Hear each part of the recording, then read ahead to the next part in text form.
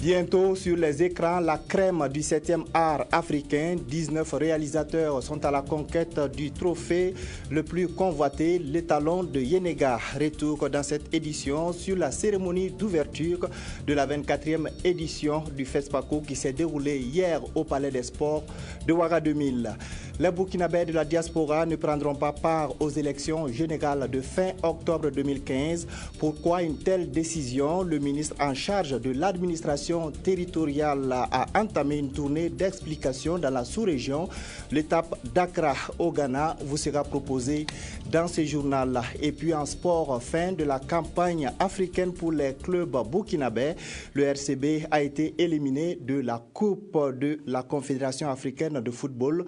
Les Faux, quant à elle, quitte la Ligue africaine des champions sans le moindre point. Voilà pour le menu de ce Midi Magazine. Bonjour à tous et merci de nous suivre. C'est l'un des plus grands rendez-vous du cinéma africain, le FESPACO, le Festival panafricain du cinéma et de la télévision de Ouagadougou a ouvert ses portes hier. C'est le Premier ministre Yacouba Isaka Zida qui a donné le clap de départ.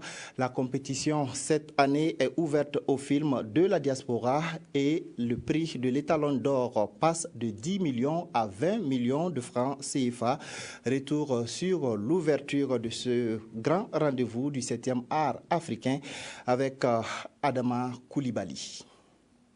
La Biennale du cinéma africain entame ainsi sa 24e édition par ce clap du Premier ministre. Ouagadougou réveille une fois de plus ses attributs de place incontournables du cinéma africain en accueillant des festivaliers et professionnels venus des 4 coins de la planète. Technologie indispensable de ce 3e millénaire, le numérique est au centre de cette édition du Festival panafricain du cinéma et de la télévision de Ouagadougou, FESPACO. La 24e édition du FESPACO s'ouvre sous le thème « Cinéma africain, production et diffusion à l'ère du numérique ». Ce thème se veut un appel pour que l'Afrique ne reste pas en marge dans l'utilisation des immenses potentialités qu'offre le numérique pour le développement du cinéma et de l'audiovisuel dans le monde. Aujourd'hui, plus que jamais, le passage au numérique de toute la filière cinématographique et audiovisuelle est inéluctable, d'où l'urgente nécessité pour les professionnels, les politiques et toutes les parties prenantes du 7e art de réfléchir et de proposer des stratégies adéquates facilitant l'accès et la maîtrise de cette technologie afin d'accroître la production d'œuvres audiovisuelles de qualité accessibles au plus grand nombre. Sur près de 700 films reçus, 133 ont été retenus et seront passés à la loupe des différents jurys de cette édition qui compte quelques innovations. 133 films ont été retenus, dont 19 en compétition officielle pour la section des films longs métrages pour l'étalon d'or de Yenenga. Tous les 133 films seront présentés dans cette salle de projection dans la ville de Ouagadougou. À cet effet, les dispositions techniques ont déjà été prises pour la projection dans des conditions professionnelles. Le matériel numérique a été déjà installé pour répondre aux exigences du moment, à savoir la projection au format DCP. Cette année, en termes d'innovation, la compétition est ouverte aux films de la diaspora africaine et l'étalon d'or passe de 10 millions à 20 millions. L'organisation de cette édition semblait hypothéquée au regard d'un certain nombre de facteurs dont la situation sécuritaire de la sous-région ou encore la maladie du virus à Ebola. Mais l'engagement des autorités a été déterminant, notamment le chef de l'État, représenté par le Premier ministre à cette cérémonie, qui a tenu à rassurer les festivaliers. Je voudrais d'abord féliciter tous les acteurs du monde du cinéma africain qui ont fait le déplacement de Ouagadougou, parce qu'ils ont cru à leur festival. Ils ont cru donc à cette biennale qui est la leur.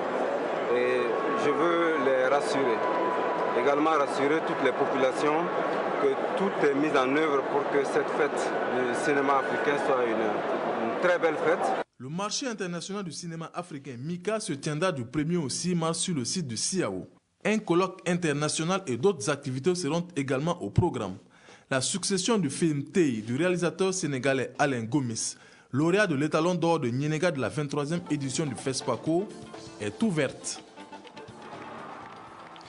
Les Burkinabés vivant au Ghana en savent davantage sur les raisons qui ont conduit le gouvernement à reporter leur participation à l'élection présidentielle de 2015.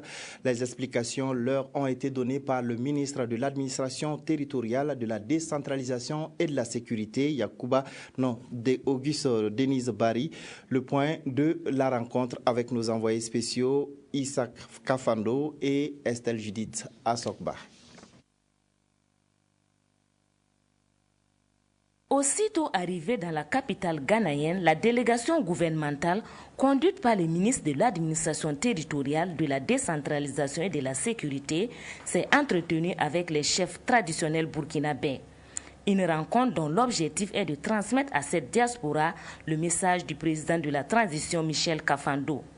Selon l'émissaire du Burkina, ce message a deux dimensions.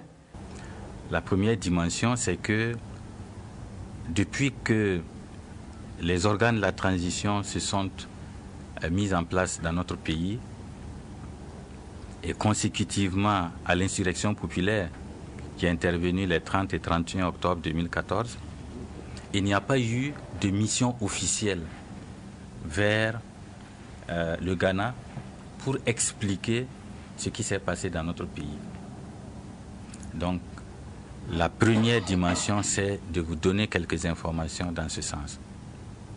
La deuxième dimension, c'est d'évoquer avec vous les échéances électorales qui vont intervenir dans notre pays en fin d'année et qui vont marquer la fin de la transition pour permettre à notre pays de se remettre en marche dans le sens de la normalité constitutionnelle.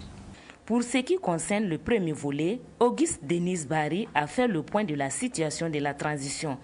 Il leur a d'abord expliqué les raisons qui ont suscité l'insurrection populaire des 30 et 31 octobre dernier et s'est ensuite apaisanti sur le processus de la mise en place de la transition et enfin les missions assignées à l'équipe de la transition. Aujourd'hui, en tout cas, la transition se passe assez bien. Il y a quelques difficultés, n'est-ce pas, que nous rencontrons. Il y a la contestation, l'incivisme qui n'a pas commencé aujourd'hui et qui se poursuit. Il y a des questions liées également aux aspects sécuritaires. S'agissant du deuxième volet, la non-participation de la diaspora au scrutin de 2015, la délégation a fourni les raisons essentielles qui ont amené le gouvernement à prendre une telle décision. Dès le départ, nous étions animés de bonnes intentions, de bonne foi. Maintenant, après quelques mois et après examen de l'ensemble, n'est-ce pas, des facteurs qui devraient contribuer à la réussite, n'est-ce pas, du vote des Burkinabés de l'étranger, nous nous sommes rendus compte que cela était difficile. Et nous sommes parvenus à cette décision. Elle nous pose problème pour pouvoir agencer les activités pour en arriver là. Ensuite, deuxièmement, alors, la question financière est telle que sur un besoin de 35 milliards et sur les difficultés visibles pour lesquelles donc, la communauté internationale n'est pas très enthousiaste pour pouvoir nous accompagner par rapport à ça, nous allons avoir des difficultés. Donc, ce n'est pas le moment de chercher à jongler pour faire des élections dans de mauvaises conditions.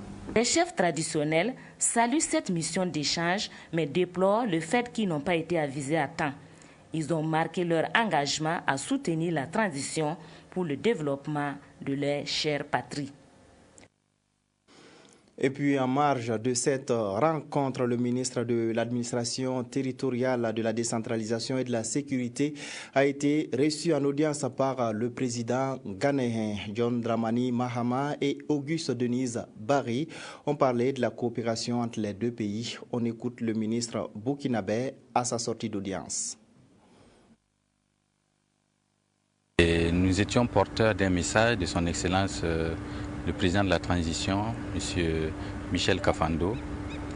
Et cette circonstance a été le prétexte également d'évoquer un certain nombre de questions au plan bilatéral, mais également échanger sur le déroulement de la transition qui a cours en ce moment dans notre pays. Sur les questions bilatérales, évidemment, il s'agit des questions, n'est-ce pas, de libre circulation des biens et des personnes.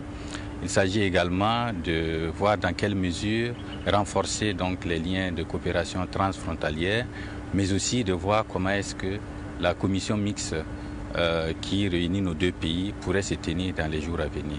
Alors sur les questions relativement à la transition, il s'agissait de faire un point de situation, car vous savez que son Excellence John Dramani Mahama est le président en exercice de la CEDEAO. Et il était donc bon, dans cette circonstance, que nous puissions lui faire ce point de situation et qu'il puisse également voir dans quelle mesure les défis qui se présentent à nous, notamment les défis électoraux, puissent faire l'objet d'accompagnement par l'organisation sous-régionale. Voilà une interview réalisée pour nous par Estelle Judith Assogba. C'est l'instrument juridique qui régit l'organisation des élections au Burkina Faso. Le code électoral est en cours de révision. En attendant de recevoir le projet du gouvernement, les députés de la transition réfléchissent sur le sujet. Les travaux se tiennent à Léo dans la Sicile en collaboration avec l'ONG Diaconia. Le point avec Jacques Lamissa Tarpaga. Le Burkina Faso organise en octobre prochain le 5e scrutin présidentiel et la 6e élection législative depuis 1991. Et pour une gouvernance électorale respectant les règles démocratiques, les députés de la transition revisitent le code électoral. Un atelier de réflexion sur le projet de loi se tient ce week-end à Léo. La démocratie exige une compétition pacifique pour la conquête du pouvoir. Cette compétition politique pacifique est organisée sous forme de vote. Ce vote est à la fois un droit et une liberté, une garantie et un pouvoir, conférés aux citoyens, mais codifiés par des textes qui doivent être exempts de tout reproche. Il est aujourd'hui inadmissible de penser la démocratie sans l'organisation d'élections qui en sont le symbole. Les démocraties modernes vivent au rythme d'élections qui leur donnent leur vitalité. C'est dire donc que le renforcement des capacités des citoyens est un moyen essentiel pour garantir cette démocratie. Une meilleure compréhension des enjeux du nouveau code électoral permettra à tous les députés du CNT de contribuer efficacement à l'adoption d'un code électoral répondant aux préoccupations des différents acteurs. La loi électorale d'après insurrection devrait répondre aux attentes de tous les acteurs. C'est pour cela que l'ONG Diaconia accompagne le Conseil national de la transition. Le code électoral sera l'élément clé et la clé de voûte de ce processus électoral, puisque c'est dans le code électoral qu'on trouvera tout le dispositif d'organisation des élections, tous les mécanismes de recours s'il y a une crise au moment des élections, et dans ce code électoral que nous trouverons également les mécanismes qui organisent le vote en tant que tel. Il était donc de bon ton que les députés de la transition puissent plancher sur ce document, se l'approprier avant de procéder à son adoption dans les jours qui arrivent. Le nouveau code électoral sera adopté dans un contexte d'équilibre des forces politiques. D'autres enjeux s'imposent aux acteurs. Le cadre juridique se veut donc transparent pour une égalité des chances de tous les concurrents politiques. Et pendant ce temps, les partis et formations politiques se préparent pour la conquête du pouvoir d'État. Les jeunes du mouvement du peuple pour le progrès, section du Houé, étaient réunis hier en Assemblée générale. Les maîtres mots de la rencontre, mobilisation pour les élections, inscription sur les listes électorales et emploi des jeunes. Ahadi Sandamba. L'hymne du MPP, le mouvement du peuple pour le progrès, entonné ici en chœur pour annoncer les couleurs du parti.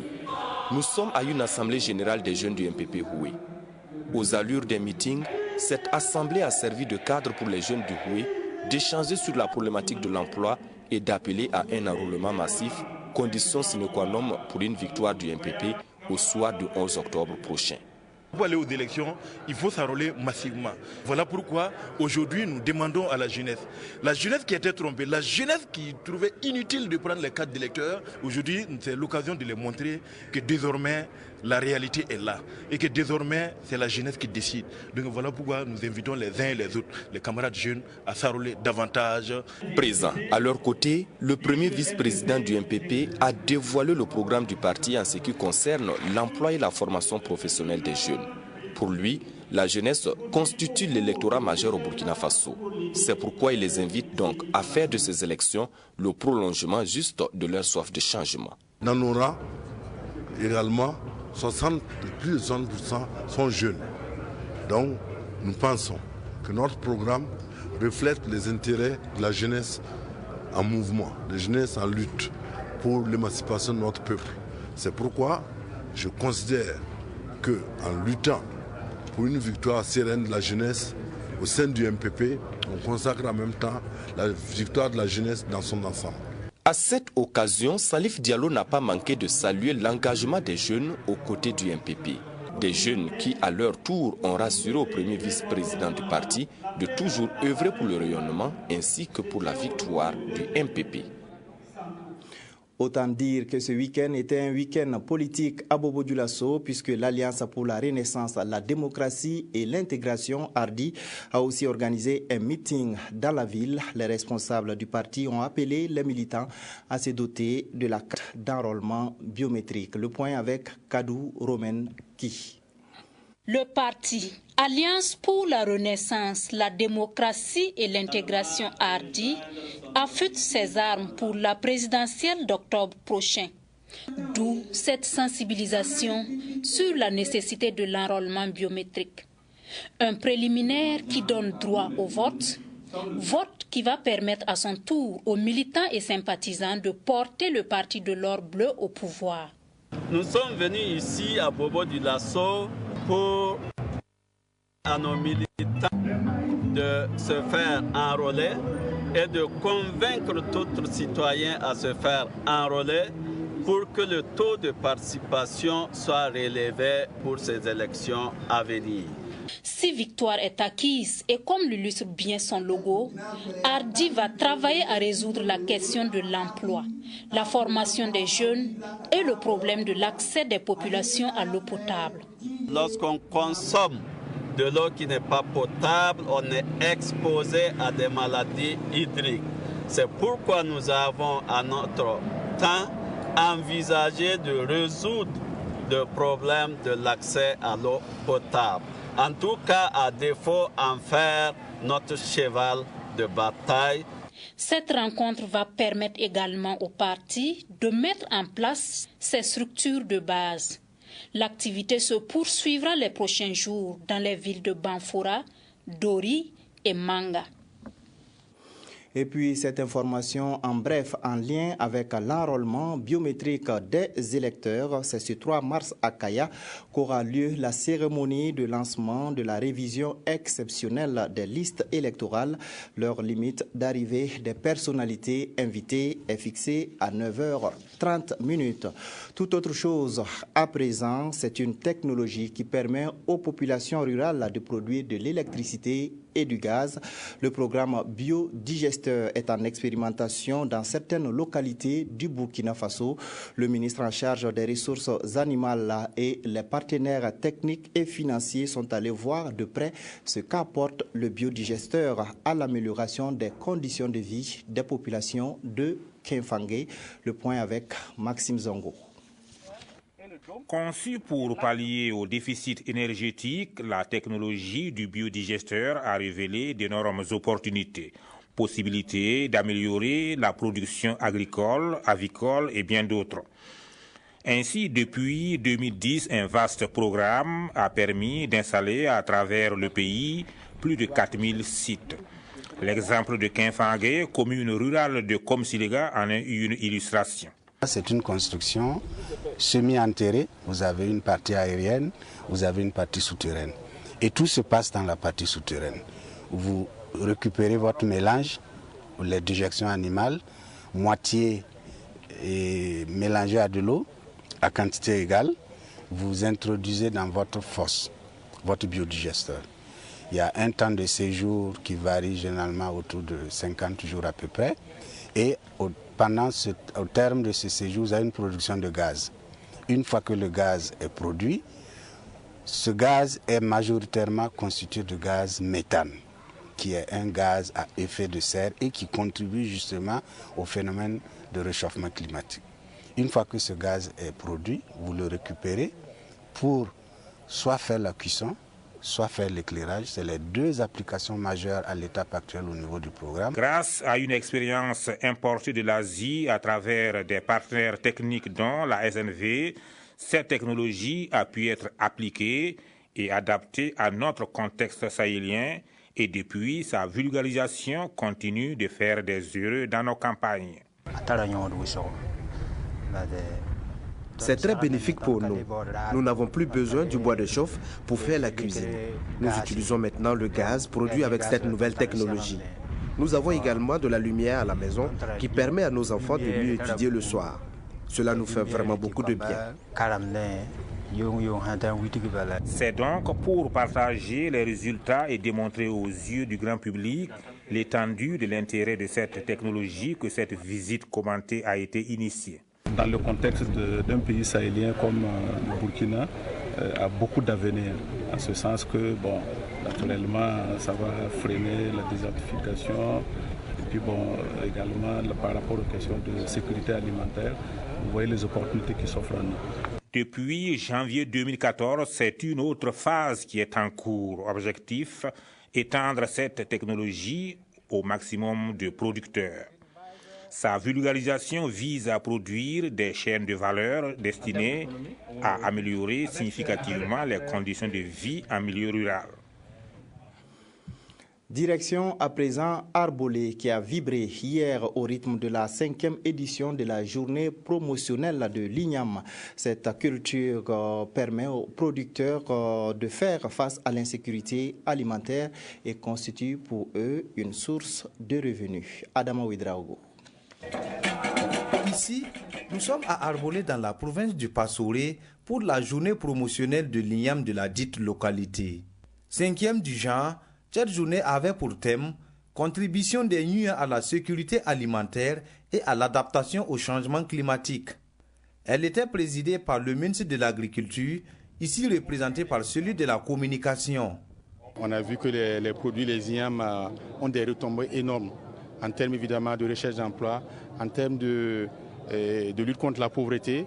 Et aussi, on a constaté que ces produits ont des vertus médicinales et puis nutritionnelles très importantes.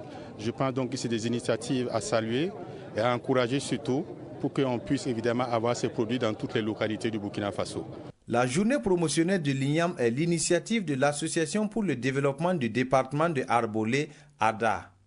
L'objectif de cette association est de créer un cadre d'échange entre les différents producteurs et de faciliter l'écoulement de la spéculation.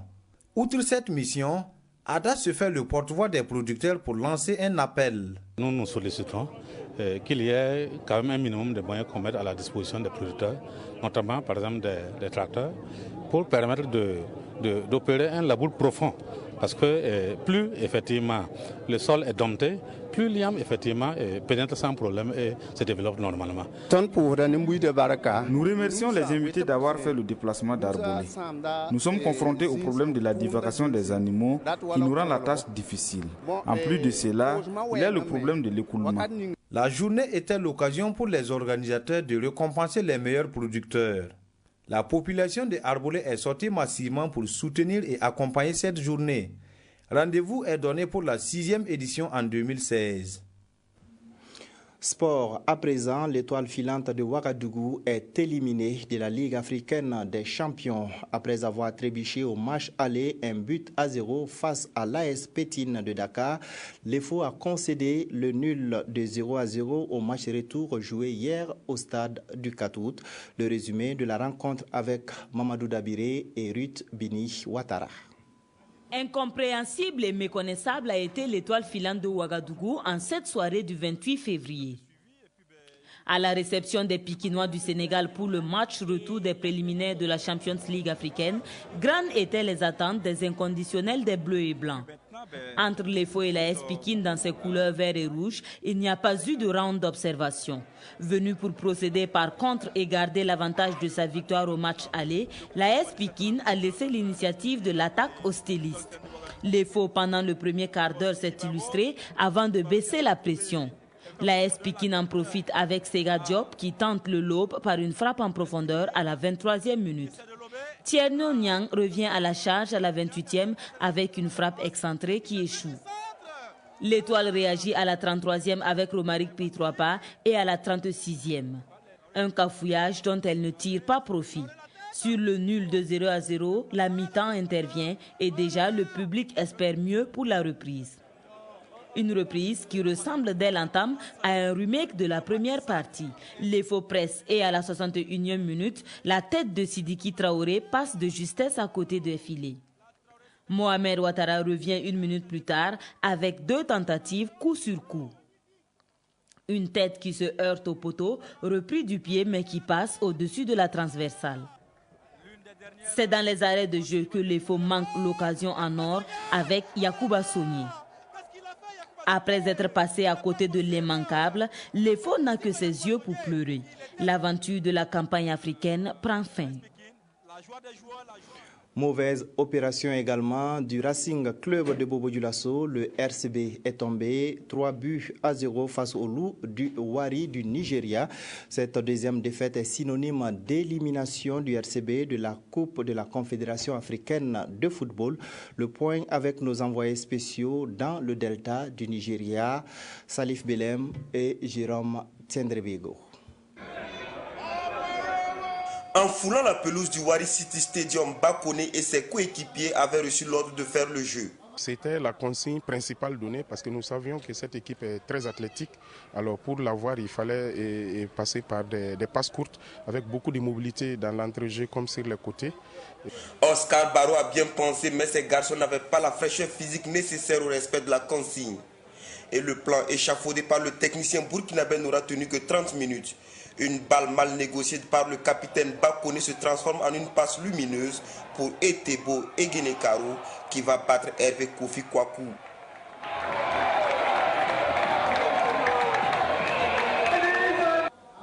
Les Tigres de Diaradougou ne se remettront pas de ce coup de massue. À la suite d'une forte pression dans le camp blanc à l'heure de jeu, Joseph Ossadiaï hérite d'une balle à l'entrée de la surface. Il enveloppe et contourne la détente de Kofi Kwaku Hervé.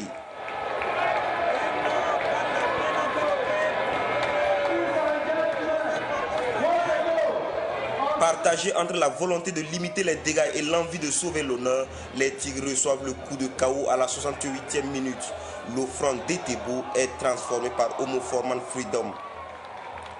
Battu 1-0 à Bobo et 3-0 à Wari, le RCB quitte la Coupe CAF 2015 dès le tour préliminaire. C'était notre version de l'actualité nationale et internationale pour ces jours. Merci de votre fidélité. Bonne suite des programmes.